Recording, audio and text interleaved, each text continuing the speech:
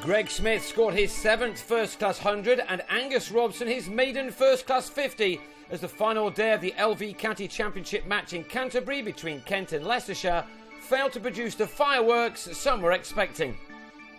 Leicestershire began the final morning on 39 for 2 following Kent's declaration 64 runs behind, and so worth 103 runs to the good, and Smith, who began the day on 26 along with Ned Eckersley, were able to advance that lead by a further 39 runs in the first 55 minutes.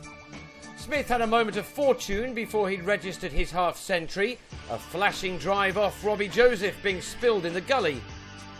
Instead, it was left to Mitch Claydon to get the breakthrough as Eckersley edged him to Darren Stevens to go for 23.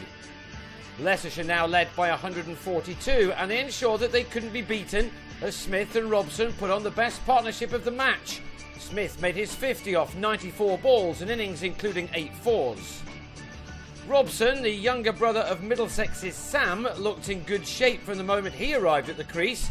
He bats a little like the former Leicestershire player James Taylor, and on this evidence he has an equally good future ahead of him in this game. He too reached a maiden half-century before lunch. His had occupied only 51 deliveries as he gave the innings the impetus it needed if Josh Cobb was thinking about a declaration later in the game to set Kent a target to chase. Yet neither batsman was prepared to give their wickets away in the afternoon as their partnership moved on into 3 figures and the lead then above 250. But those waiting for the declaration were to have to wait for a little while longer on a pitch which was still clearly a nice one to bat on. A cover drive off the spin of Adam Riley took Smith through to his excellent 100.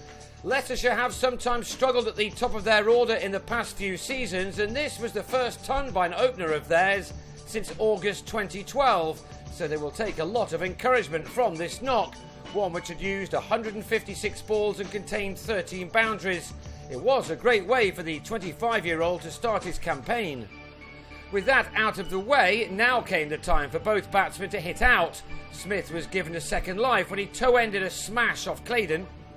The partnership, which had been going for 33 overs, was finally ended on 147 when Robson on 81 clipped Riley to Rob Key. It ended a fine knock from the 22-year-old.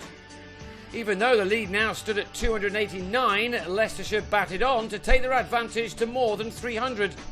Smith was finally out for 118, cutting Riley to Doug Bollinger, ending a confidence-building innings. And the declaration followed 10 minutes later, with Leicestershire on 259 for 5, leaving Kent an almost impossible target of 324 from a minimum of 42 overs.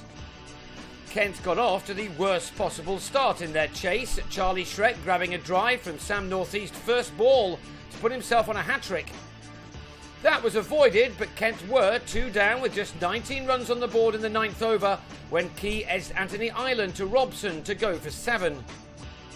So Leicestershire must have sensed that they were in with a shout of victory, although they weren't helped when Brendan Nash was dropped at slip off Rob Taylor. Nash didn't last much longer, however.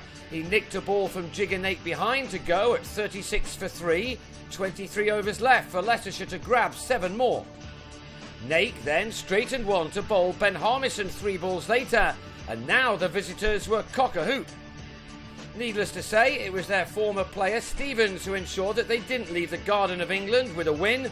He and Daniel Bell Drummond worked hard against all that was thrown at them, seeing off over after over, with Stevens, as ever, playing his natural game as he moved comfortably to 34 from 50 balls. After 36 overs of trying, Leicestershire decided that enough was enough. Kent ended on 89 for 4 with Bell Drummond, who had a good game, making a patient 39. It means that the game was drawn and both teams had to settle for 10 points.